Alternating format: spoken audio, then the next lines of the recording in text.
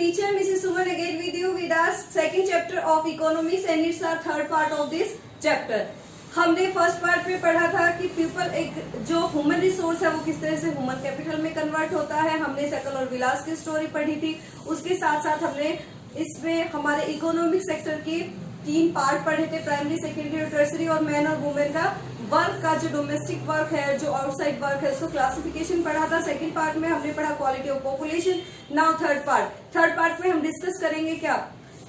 Third part में हम discuss करेंगे अनएम्प्लॉयमेंट। अब देखिए कि एक व्यक्ति हेल्दी भी है, पढ़ लिख भी चुका है, लेकिन अभी भी वो अनएम्प्लॉयड है। तो सबसे पहले पता होना चाहिए अनएम्प्लॉयमेंट होती क्या है। अनएम्प्लॉयमेंट को जानने के लिए पहले हम सकल की स्टोरी पर एक बार नजर डालते हैं। सकल की माँ शीला है जो अपने घर का काम करती है, और उसके बहन भाई हैं जो घर पे खेलते रहते हैं, सीटू बीटू जो भी है वो खेलते हैं, और जो भी काम वो दोनों ही तरह के लोग जो हैं, जो उसके भाई बहन है या जो उसकी माँ है, वो काम नहीं कर रहे हैं।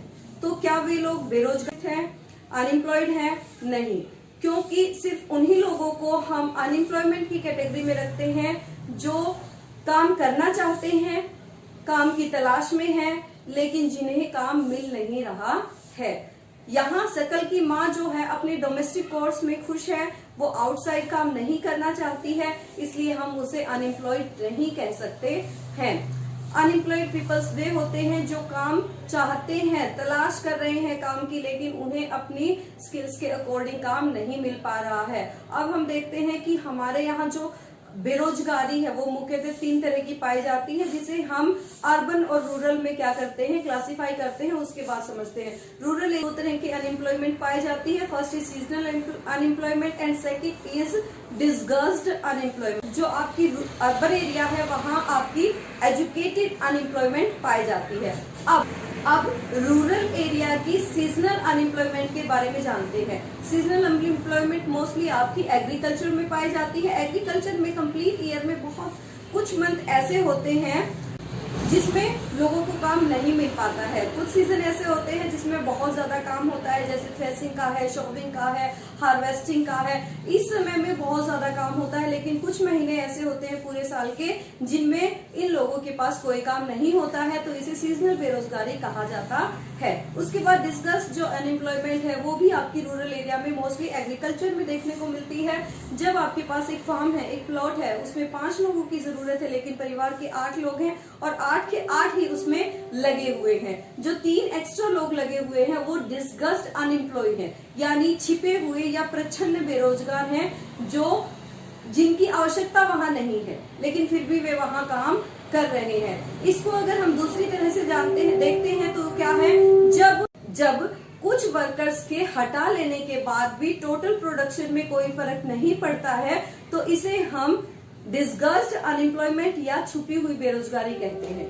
देखिए, जैसे आपको देखिए कि एक फार्म है, उसमें 8 लोग काम कर रहे हैं, और जो यील्ड जो पैदा हो रही है, आपका जो प्रोडक्शन हो रहा है 26 हो रहा है, लेकिन जब उनमें से 3 लोगों को हटा लिया जाए या उन 3 लोगों को कहीं और काम करने के लिए भेज दिया जाए, तो भी उस प्लॉट से, उस फॉर्म से जो प्रोडक्शन हो रहा है वो U का U 26 जो है आपकी हो रहा है। इससे हमें पता क्या चल रहा है कि जो 3 लोग अभी हमने उस काम से हटाए हैं वो क्या थे, आपके डिसगस्ड अनएम्प्लॉयड थे, छिपे हुए बेरोजगार थे।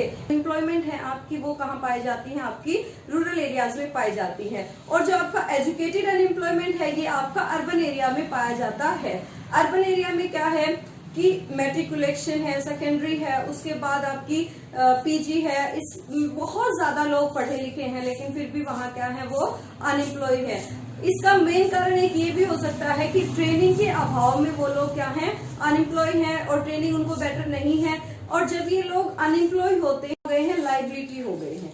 लाइबिलिटी कैसे हो गए हैं, 15 to 59 ईयर्स के जितने भी लोग होते हैं वो क्या कहलाते हैं, आपकी वर्किंग फोर्स कहलाते हैं। और जब इस एज ग्रुप के लोग खाली बैठते हैं, बिना रोजगार के होते हैं, तो वो क्या करते हैं, अपने परिवार के लिए भी जो है एसेट्स नहीं जुटा पाते हैं, अपने परिवार की भी जरूरतों को पूरी नहीं कर पाते हैं, तो वो कुछ ना कुछ काम करते हैं, खिन्न रहते हैं, जो है खुश नहीं रह पाते हैं, और वो लायबिलिटी भी रहते हैं अपने देश के लिए। इसलिए जरूरी है कि क्या हो, हर व्यक्ति को रोजगार मिले, अपने स्किल्स को, अपने किसी अच्छी ट्रेनिंग को लेकर जो है लोग क्या करें, अपने लिए रोजगार प्रोवाइड कराएं। ऐसे लोग जो है अपने देश को ग्रोथ भी नहीं दे पाते हैं।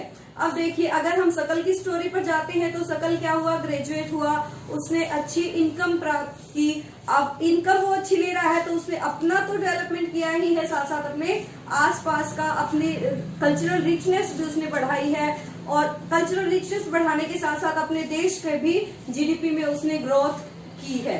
इसी तरह से हम देखते हैं कि लास्ट में हम देखते हैं एक गांव में एक व्यक्ति जो है उसने अपने खुद की प्रोग्रेस की, उसको देखकर, उसके फार्मिंग के तरीके को देखकर दूसरों ने फार्मिंग करनी शुरू की। जब उसने अपने सरप्लस को मार्केट में बेचा तो दूसरों ने उसको देखकर उसके सरप्लस को बेचा और दूसरी तरह के काम शुरू किए, जिससे क्या हुआ, आसपास जो है विकास होना शुरू हो गया। उसी तरह से फिर क्या हुआ, जब लोगों के पास सरप्लस होने लग गया, उन्हें विकास होने लग गया, तो उन्हें जो है किस चीज की डिमांड की, उन लोगों ने स्कूल की डिमांड की, अपने सरपंच से स्कूल की डिमांड की, हेल्थ सेंटर्स की डिमांड की, वहां हेल्थ सेंटर्स ओपन हुए, स्कूल ओपन हुए।